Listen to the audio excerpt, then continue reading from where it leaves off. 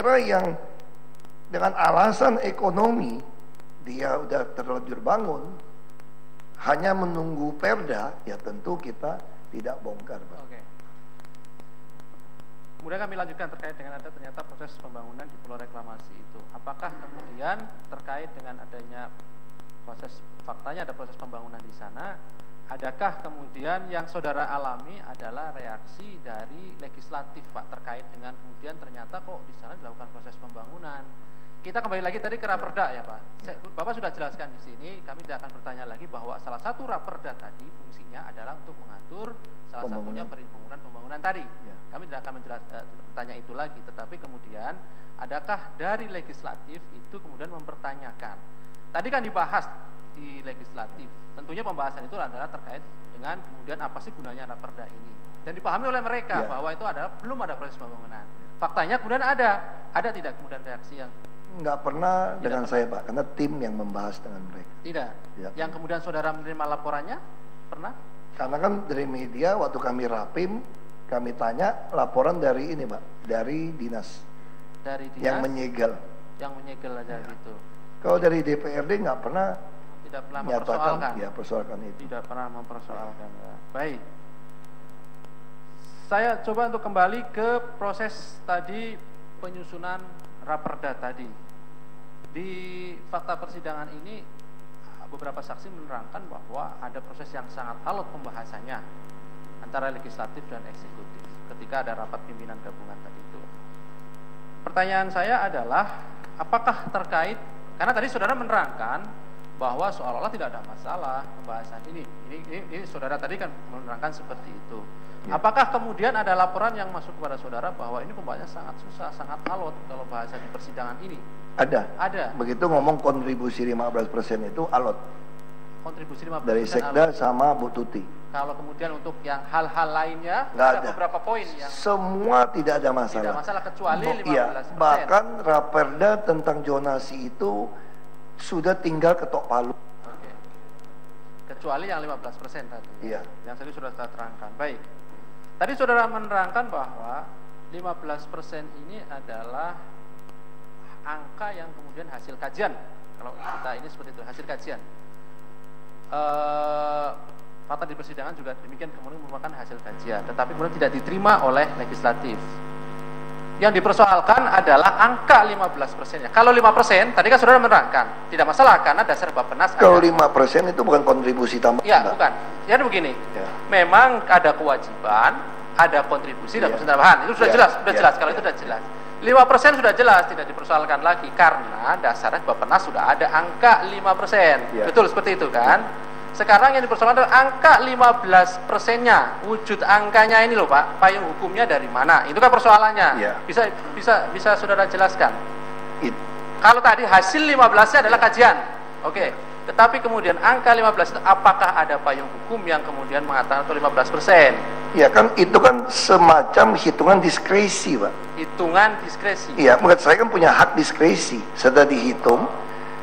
Ketika saya menganggapkan saya sebagai pejabat kepala daerah, ketika peraturan tidak jelas yang akan membahayakan, merugikan Pemda atau tidak kepastian investor, maka saya berhak mengambil diskresi, tapi bukan asal diskresi ngomong, harus ada kajian. Hasil kajian tadi. Ada kajian, dihitung tim, baru saya memutuskan itu. Jadi jawabannya adalah hasil diskresi kajian, hasil diskresi saudara tadi ya, yang 15%. Bukan kajian, Mbak.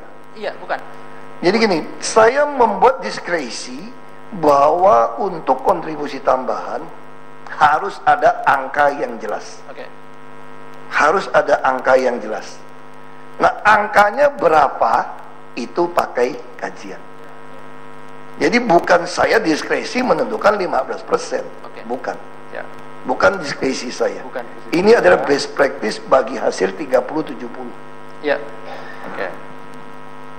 Ini yang kemudian Pak fakta di persidangan, kemudian beberapa anggota DPRD ketika kami tanyakan itu adalah tidak ada payung hukum yang angka 15%. Artinya ada yang mengatakan lebih 15% pun, 20, 25 mau 35 pun, ketika kemudian ada payung hukum yang muncul yang angka 15% itu, artinya legal formalnya ada, menurut mereka tidak masalah.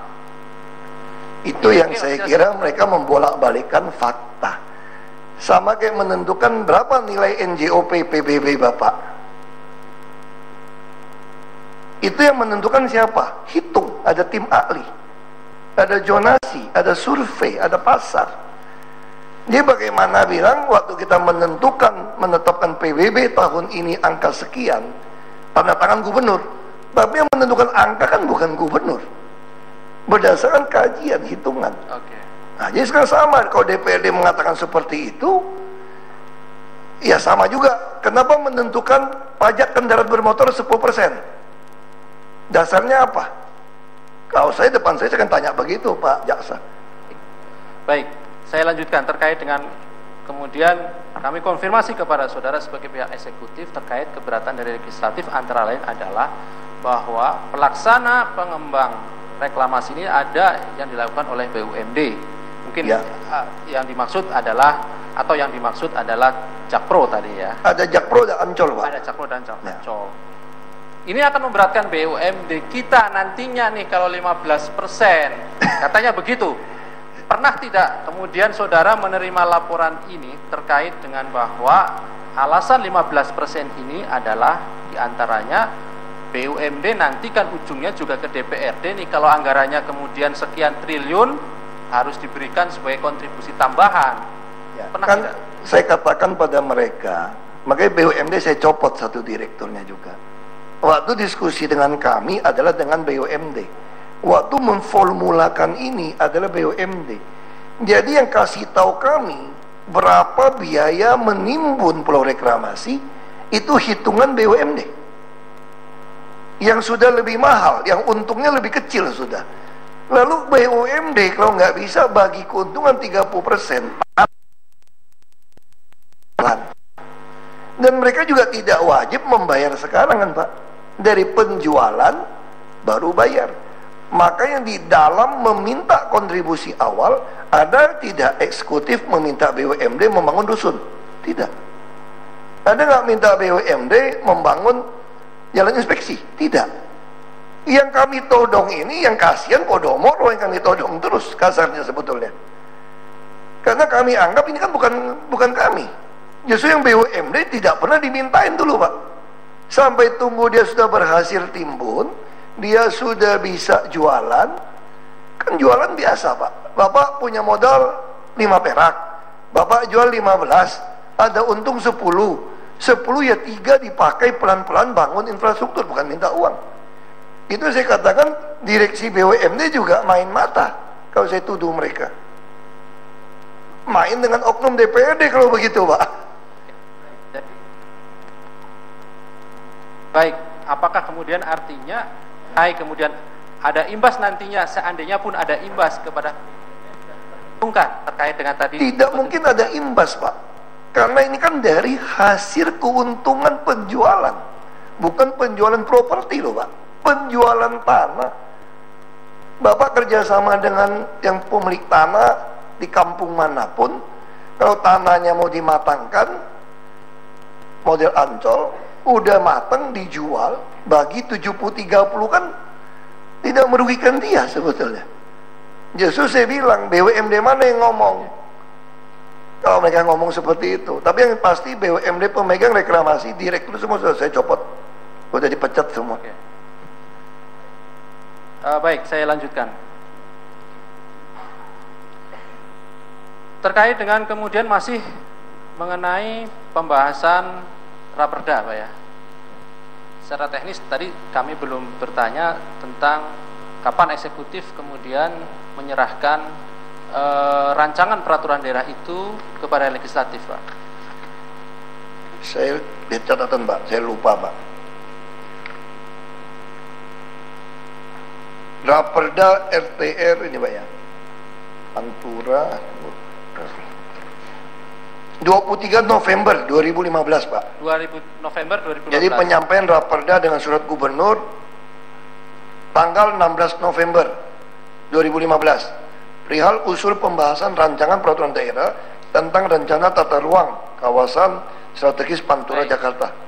23 November 2015 ya Pak ya. Lalu ada rapat paripurna Pak 25 November. Oke, ada ya. Jadwalnya ya, ada jadwalnya. Kami ada catatannya Pak, jadwalnya. Ya, baik. Berapa kali kemudian rancangan perda yang kemudian masuk dari eksekutif ke legislatif, saya ingat saudara?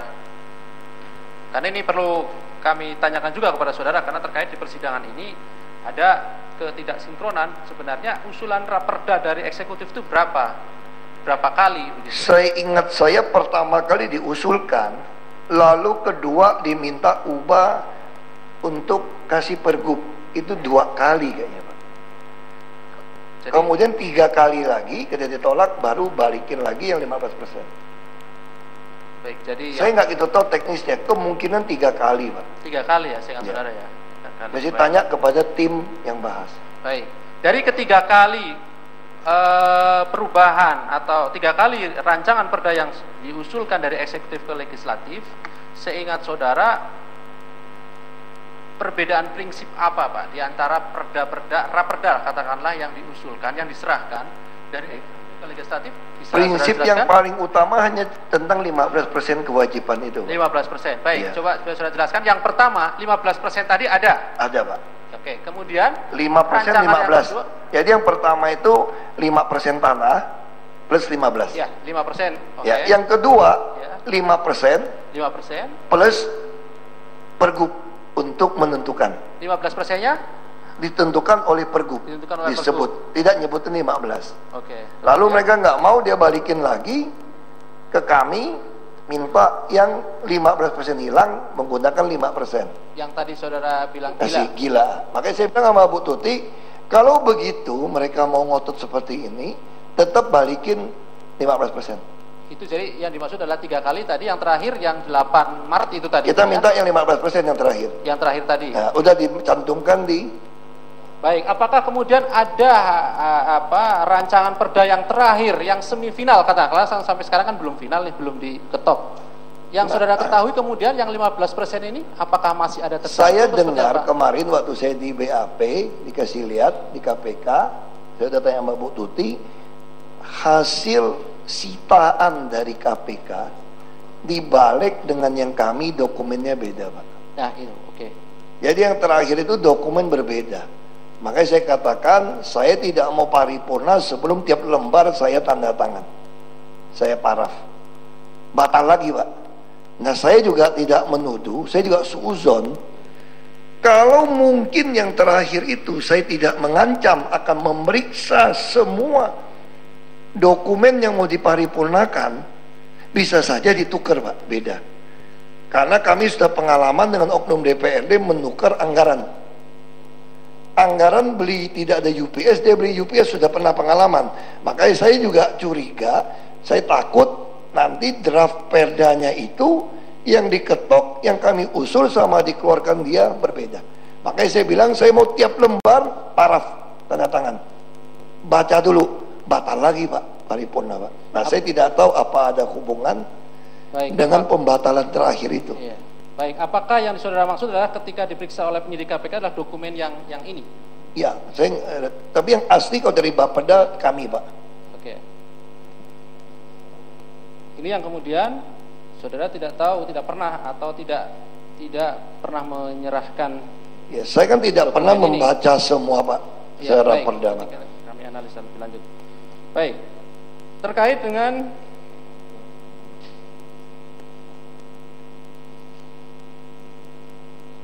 masih mengenai pembahasan raperda.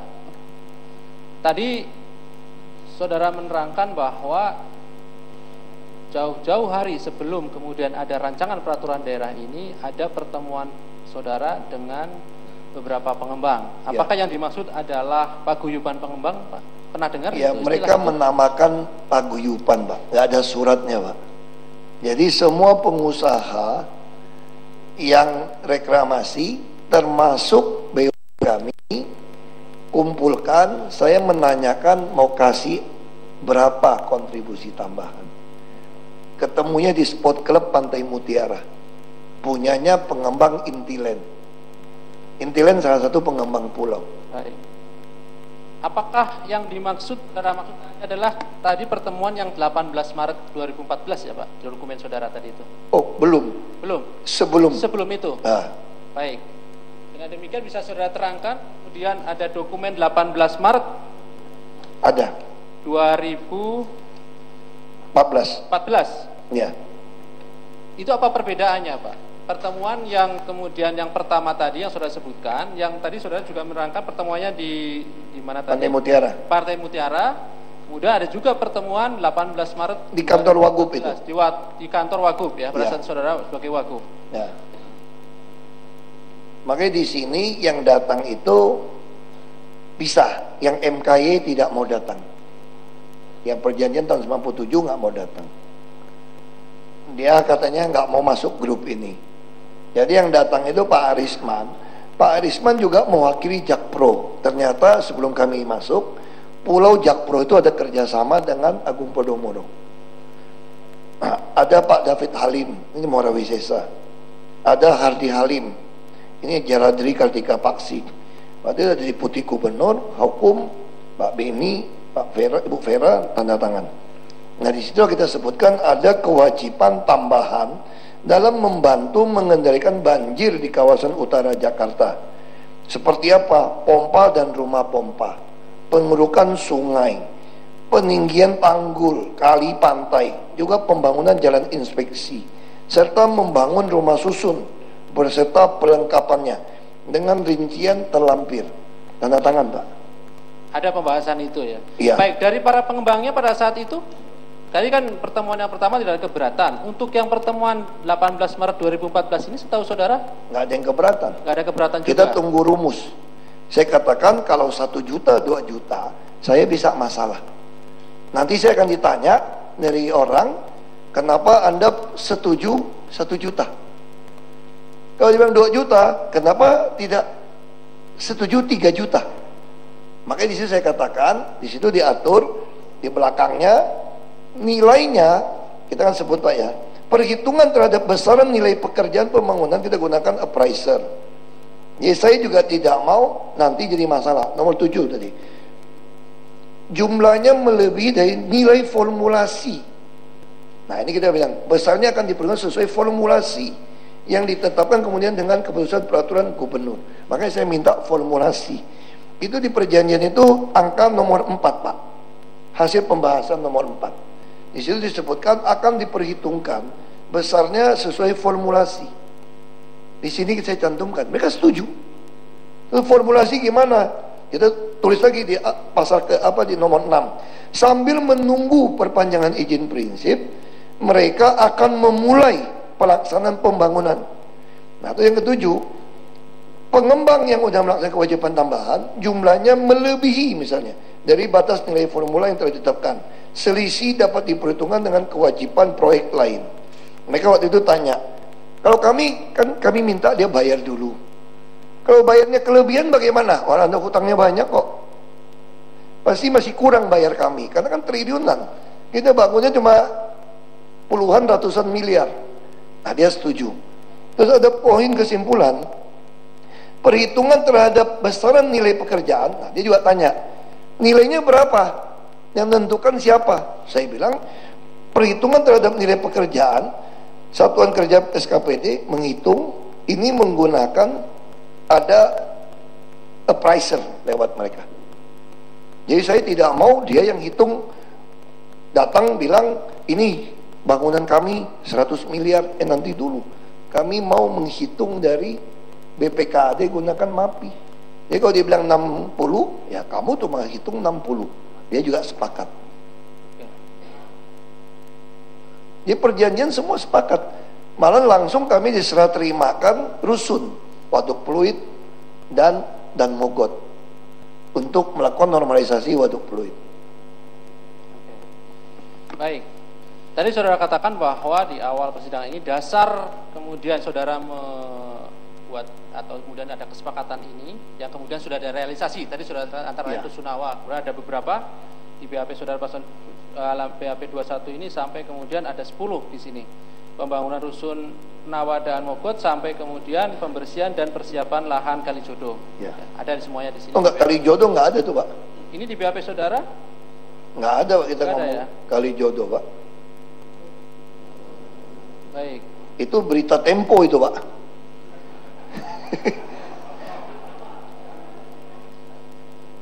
Jadi sepengetahuan saudara, Kalijodo bukan mereka Pak, yang bangunnya Sinarmas Pak soalnya Pak. Sinarmas. Ya itu Oke, CSR. nanti kami tanyakan pada terdakwa terkait ini. Ya.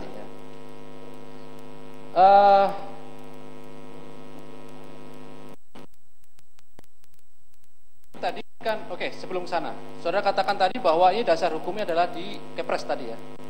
Kepres. Maksudnya Pak, mungkin Kalijodo yang kerjain jalan inspeksi ya, saya lupa, belum ada laporan Pak. Ya. Mungkin jalan kalinya atau inspeksi saya nggak tahu. Baik. Saya nggak tahu. Baik, nanti saya tanyakan lebih lanjut ke terdakwa. Baik, terkait dengan kemudian tadi saudara katakan dasar hukum kemudian dari pihak pengembang ini telah memberikan kontribusi tambahan lebih awal kepada Pemda atau pemerintah eksekutif, dalam ini adalah DKI, adalah di Kepres di pasal 12 tadi. Ya. Ini yang menjadi persoalan juga di persidangan, atau menjadi beberapa pertanyaan di persidangan ini terkait dengan kemudian dasar hukum. Tadi sudah terangkan, ada beberapa saksi yang menerangkan bahwa itu tidak ada dasar hukumnya sama sekali terkait dengan itu. Karena pasal 12 itu adalah berbicara tentang biaya atau pelaksanaan reklamasi.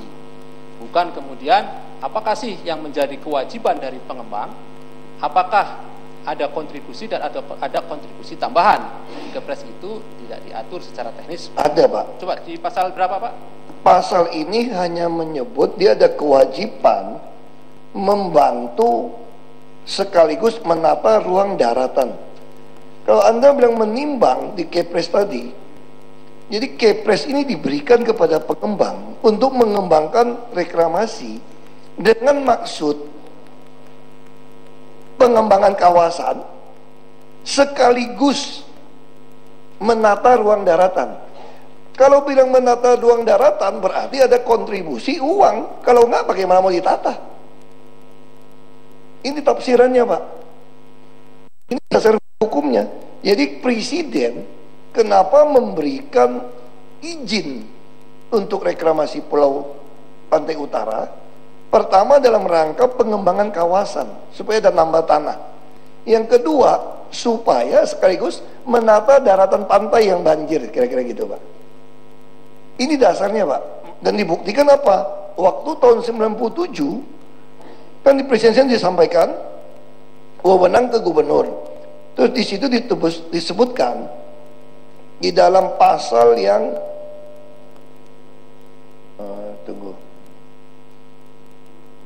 tanggung jawab ini hak pengolahan. Nah, di situ disebutkan penyelenggaraan ini, biaya penyelenggaraan reklamasi ini gubernur kerjasama dengan swasta.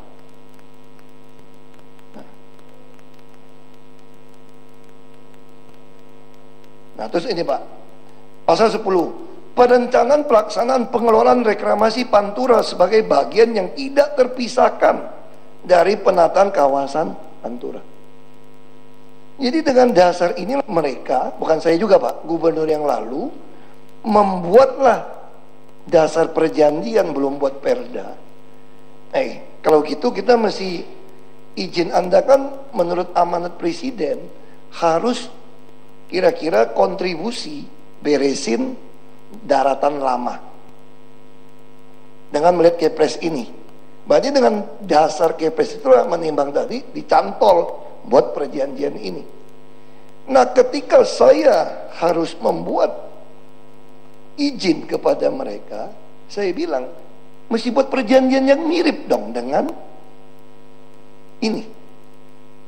Kalau saya tidak membuat perjanjian dengan ini, saya menyalahi Kepres. Kalau tanpa perjanjian ini, mau nggak mereka menolong kami membereskan daratan? Tidak mau Pak. Nah, jadi dasarnya perjanjian ini. Kalau saya tidak membuat perjanjian tadi, saya melanggar Kepres Pak. Oke. Baik, artinya kalau menurut saudara tadi ada dasar payung hukumnya. Dasar hukum ya? Ada. Ya, ada dasar payung hukumnya. Kalau kemudian bedanya dengan kewajibannya Pak tadi, kalau itu kan kontribusi tambahan Pak. Iya. Menurut saudara tafsiran dari Kepres tadi kan. Iya. Kalau kewajiban kemudian Bappenas membuat surat, itu juga mengacu ke Kepres. Misalnya Kepres disebutkan begini, pasal 1, kawasan pantai utara Jakarta Ya. Ya. Ini utara sebentar Pak. Penimbunan. Nah, pasal 9. Area hasil reklamasi Pantura diberikan status hak pengelolaan kepada Pemda khusus Ibu Kota Jakarta. Ya kami ada bagian ini Pak. Kaitannya dengan Bapenas tadi? Iya. Kalau di dalam izin saudara keluarkan itu bagian dari kontribusi Pak, jadi bukan kewajiban. Betul. Gimana? Kontribusi saya itu mengacu ke perjanjian tahun 97 untuk membereskan daratan. Di sini disebutkan dengan jelas huruf S pasal 1, kontribusi adalah sumbangan pihak kedua berupa uang dan atau fisik infrastruktur di luar area pengembangan pihak kedua, berarti di daratan, kepada pihak pertama dalam rangka menata kawasan pantai utara Jakarta sesuai Kepres. Jadi ini bukan nggak ada dasar hukum Pak. Baik, itu kontribusi tadi ya? Iya. Baik, kontribusi tambahan di sini begini, sebetulnya. Pak, saya mencoba untuk melihat surat izin yang saudara keluarkan 23 Desember 2014 dari Pulau G tadi. Ada kewajiban dan ada kemudian kontribusi, ya. Ada tambahan kontribusi. Iya. Ya kan? Di sini ada kewajiban, kemudian ada kontribusinya, antara lain tadi adalah memberikan kontribusi lahan seluas 5% ya. Dari total luas lahan areal reklamasi. Kenapa saya pisahkan Pak? Karena gini Pak, mereka pun tanpa kontribusi pun ada kewajiban menyerahkan fasum-fasos sebesar kira-kira 45 sampai 48%. Jadi di setiap pengembang dia beli tanah pun, misalnya mereka membangun apartemen 5.000 meter, 10.000 meter, itu langsung ada dalam perda menyerahkan kewajiban fasum-fasos, jalan, taman, macam-macam kepada, termasuk untuk misalnya tempat ibadah, sekolah, itu kewajiban mereka. Itu kewajiban. Nah, saya khawatir kalau mereka nakal, tidak dipisahkan dalam perjanjian tadi, kan Bappenas mengatakan mesti menyerahkan tanah 5% kepada kami. Boleh nggak dia bilang di pengadilan nanti, udah gugat menggugat, kan saya sudah menyerahkan 45 kepada Anda. Jadi saya tidak mau menyerahkan 5% lagi. Nah di situ saya katakan ini harus dijaga. Yang dimaksud 5% adalah berbeda dengan 45% tadi. Ini 45 atau 48 tergantung pulau Pak ya. Itu adalah kewajiban. Nah kontribusi adalah 5% dari Bappenas. Kontribusi tambahan adalah Kepres bicara ngurusin daratan. Itu dikeluarkan 3. Oke. Dasarnya. Baik. Berdasarkan keterangan saksi di persidangan ini konfirmasi pada saudara biar lebih jelas dulu bahwa menurut legislatif logikanya kontribusi tambahan ini harusnya lebih kecil daripada kontribusi. Kontribusi kan 5%. Kontribusi tambahan tadi kan saudara usulkan atau eksekutif usulkan 15%. Itu harusnya lebih kecil dari kontribusi. Bisa saudara terangkan terkait? Saya bisa terangkan. Makanya saya bilang DPRD kalau legislatif ngomong seperti itu, dia berani nggak turunkan? Bagi saya ini temuan, karena dari praktek bisnis Ancol Barat hasil reklamasi memberikan kontribusi 30% dividen. Jadi 30-70 ini bukan karangan saya, ada best practice pengalaman BUMD kerjasama menguruk Ancol Barat membagikan 30-70. Jadi kalau terlalu diturunkan, nanti orang kan tanya dong, buat apa kamu kerjasama dengan swasta, dengan BUMD saja dapat keuntungan 30 dividen. Kenapa kerjasama dengan swasta Anda mau dividen cuma 5%? Kalau gitu lebih baik izinnya saya cabut, saya serahkan semua ke BUMD. Udah pasti dividennya 30% dari penjualan tanah. Itu Pak, dasarnya Pak. Baik, ini penjelasan saudara tadi ya. Baik, ini terkait dengan kemudian balik lagi ke masalah dakwaan kami adalah kemudian adanya